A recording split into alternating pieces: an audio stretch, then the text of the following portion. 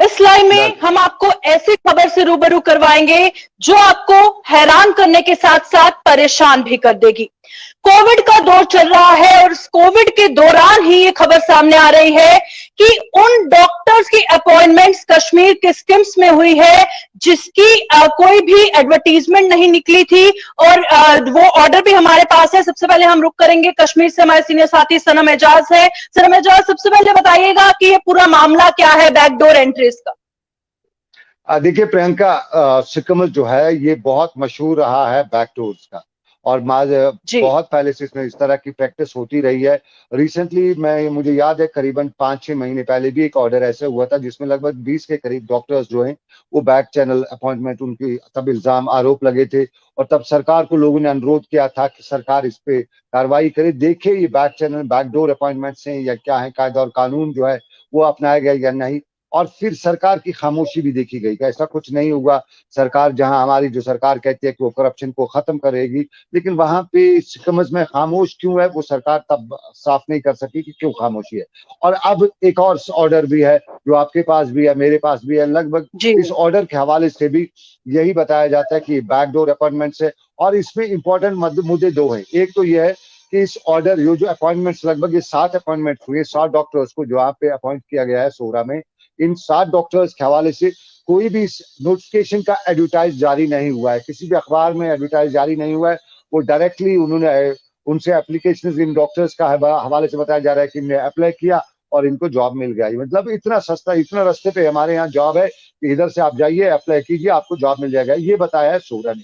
लेकिन एक्चुअल में ये है कि एक कायदा और कानून है, सोहरा की गवर्निंग बॉडी है, उसके जो कॉन्स्टिट्यूशन है सोहरा सिकम्स का, उसके मुताबिक बाज़ाब्ता तौर पे एक नोटिफिकेशन जारी होता है, वाइड पब्लिसिटी होती है, मीडिया में उसकी पब्लिसिटी होती है।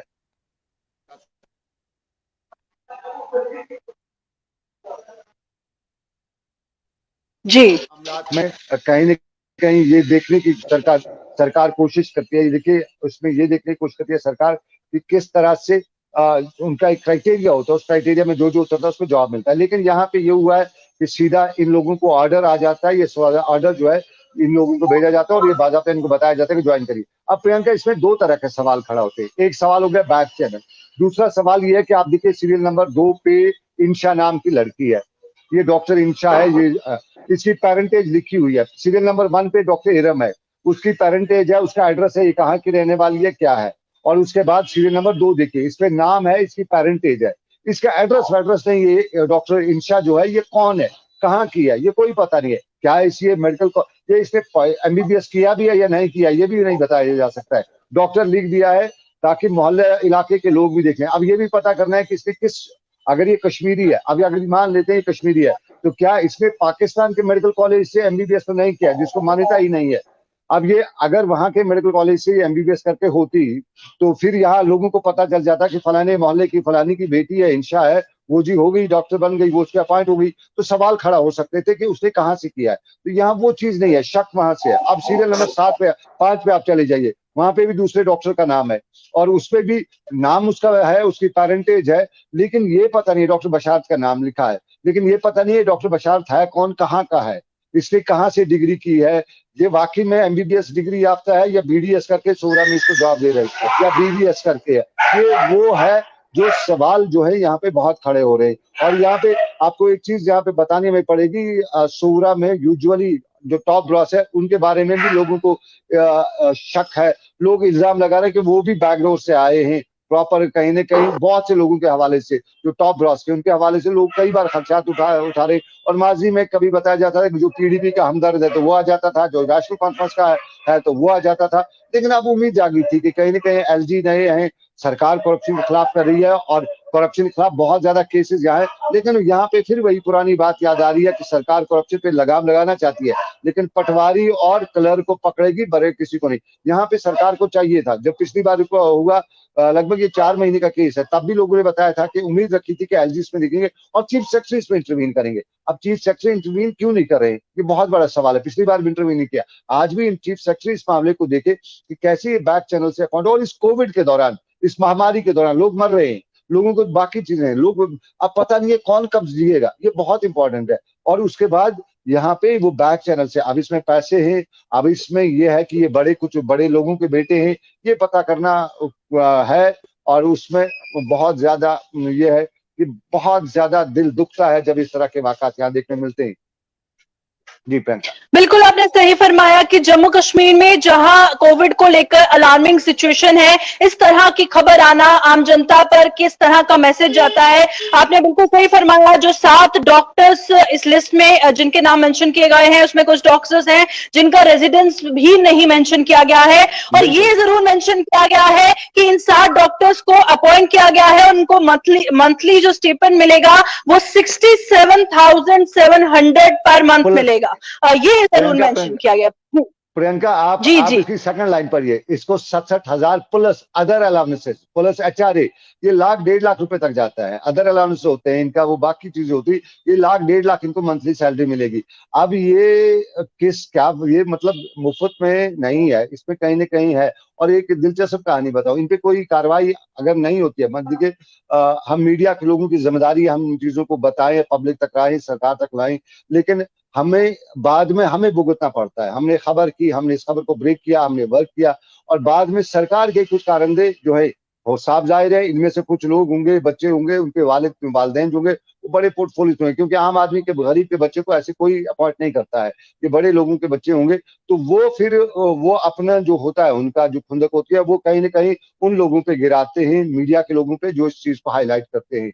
तो ये वो मामला है, और इसमें चीफ सेक्रेटरी को अगर आज नहीं देखता है तो सवाल यहाँ की सरकार की क्रेडिबिलिटी पर उठेंगे, LG पर सवाल उठेंगे कि कहीं ना कहीं, क्योंकि लोग शक करते हैं कि क्या कहीं LG भी इसमें हैंड एंड ग्लव्स तो नहीं है, कहीं चीफ सेक्रेटरी भी इसमें साथ में शामिल तो नहीं है, कि वो इन चीजों पे ध्यान नहीं दे रहा है। इन चीजों की इंक्वायरी करानी है, देखना है कौन है इसमें, कैसे, और पब्लिक कर देना है। वहां पे जो भी इंक्वायरी आती है वो पब्लिक कर देनी है कि इन 7 लोगों को कैसे। और पिछली बार जो 20 से ज्यादा लोग अपॉइंट हुए, उनके बारे में भी आज तक इंतजार है कि क्या किया सरकार ने, कहां से उनको अपॉइंट किया, किस क्राइटेरिया से अपॉइंट किया, वो कहीं पता नहीं चलता है।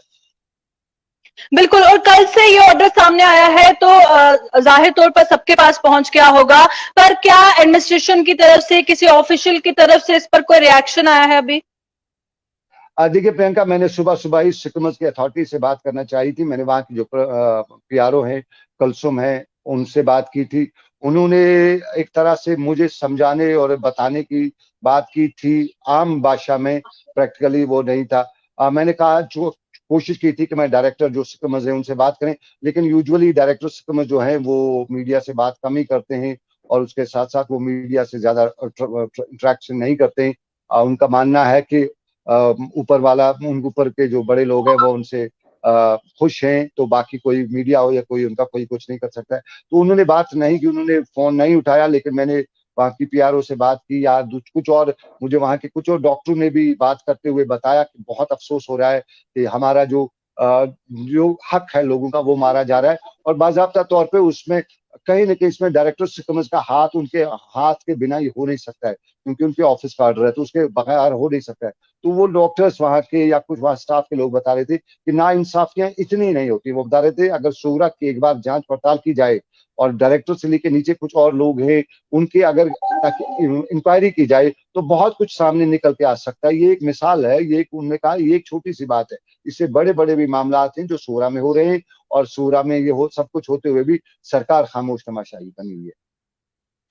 पर सनम, यहाँ पर जम्मू कश्मीर में जितने भी लोग हैं, उनके मन में ये सवाल तो ये खबर सुन के जरूर आएगा कि जहां पर हम बेरोजगारी बेरोजगारी चिल्लाते हैं, वहां पर जम्मू कश्मीर में रोजगार मिलना कितना आसान है, और वो भी बिना एडवर्टीजमेंट के आपको अपॉइंटमेंट मिल जाती है। तो हर किसी के जहन में होगा कि कितना आसान है रोजगार। प्रियंका, बिल्कुल, बहुत अच्छी बात कि अपने रोजगार मिलना यहाँ बहुत आसान है, लेकिन किन को? ये उन लोगों को जिनकी पहुंच है, जिनको, जो व्हाइट कॉलर लोग हैं। आम गरीब आदमी को यहाँ रोजगार मिलना क्या, यहाँ उसको धक्के खाने पड़ते हैं, और उसकी कई मिसालें हमारे सामने। ये बड़े बड़े लोग हैं, उनको रोजगार, अब ये किसके लोग हैं, किसके बच्चे हैं, या भी इनका देखना पड़ेगा, क्योंकि इन्हीं लोगों के लिए इस तरह के ऑर्डर निकलते हैं। आपके और मेरे लिए तो हमें लाइनों में, लंबी लाइनों में खड़ा किया जाता है, और उसके बाद हम कहें कि रोजगार मिलता है, ऐसी कोई बात नहीं है। बिल्कुल, आखिर मैं यही पूछना चाहूंगी क्योंकि मेरे जहन में ये सवाल है कि कितना किसी के कहां से इतनी हिम्मत आती है कि आप खुलेआम ऑर्डर निकाल देते हैं, फिर उसके बाद आप रिएक्शन देना भी जरूरी नहीं समझते हैं, इस पर बिल्कुल भी कोई रिएक्शन नहीं आता है। तो कितनी इतनी हिम्मत कहां से आती है हमारे बड़े बड़े जो भी ये ऑर्डर निकालते हैं, जो हमारे ऑफिसर्स।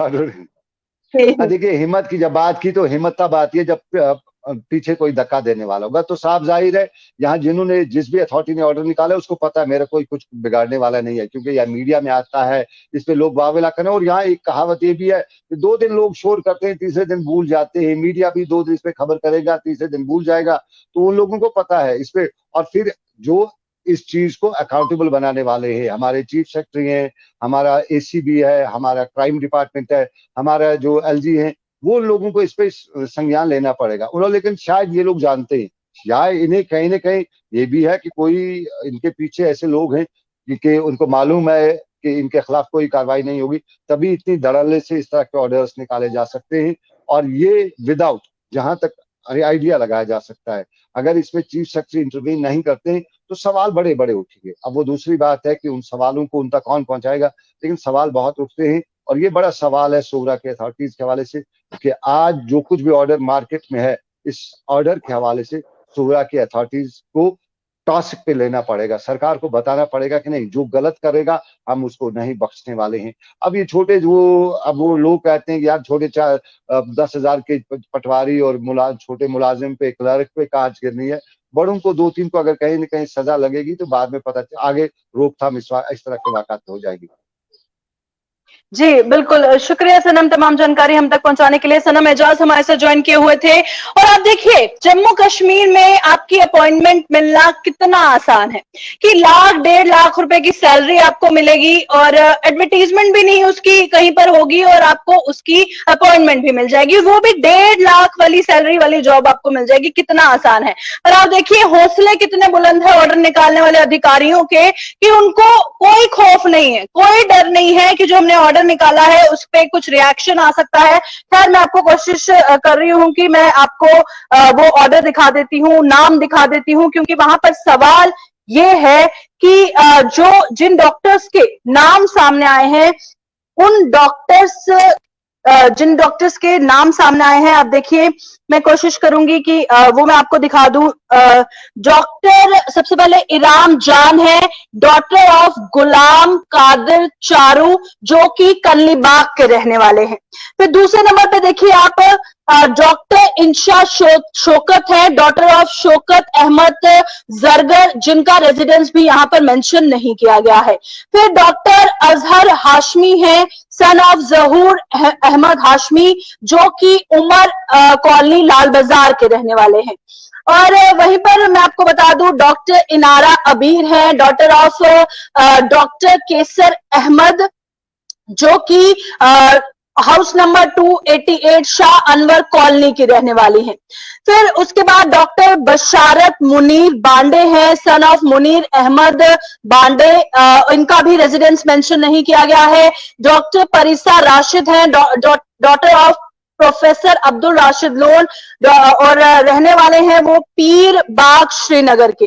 और साथ ही डॉक्टर नजीफा हैं, डॉटर ऑफ मंजूर अहमद, जो कि बुजपुरा श्रीनगर की रहने वाली हैं। और कुछ डॉक्टर्स इनमें ऐसे हैं जिनका बिल्कुल रेजिडेंस भी मेंशन नहीं किया गया है। आप देखिए, अपॉइंटमेंट इन्हें मिल गई है इन डिपार्टमेंट्स में, कम्युनिटी मेडिसिन में, पैथोलॉजी में, एनेस्थेसियोलॉजी में और गायनी और ऑब्स्टेट्रिक्स में इन्हें अपॉइंटमेंट जरूर मिल गई है। और आप देखिए इनकी सैलरी देखिए, 67,700 प्लस यूजुअल अलाउंसेस।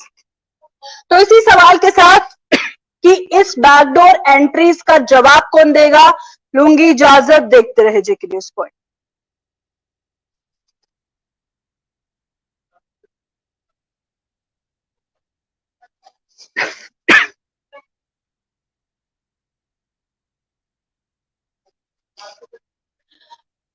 तो आपके जहन में भी आई एम श्योर ये सवाल आ रहा होगा कि इन 7 डॉक्टर्स की अपॉइंटमेंट्स किस बिना पे की गई है, जब कोई एडवर्टाइजमेंट ही नहीं निकाली गई है, कोई खौफ नहीं है, कोई डर नहीं है, कोई पूछने वाला नहीं है, रिएक्शन देना भी ये लोग जरूरी नहीं समझ रहे हैं। और उम्मीद करते हैं कि कुछ ना कुछ रिएक्ट तो करेंगे, कोई ना कोई रीजन तो बताएंगे कि बिना एडवर्टीजमेंट के आपने इन डॉक्टर्स को किस तरह से अपॉइंट किया। फिलहाल इस अपडेट में इतना ही, देखते रहे जी न्यूज़ पर।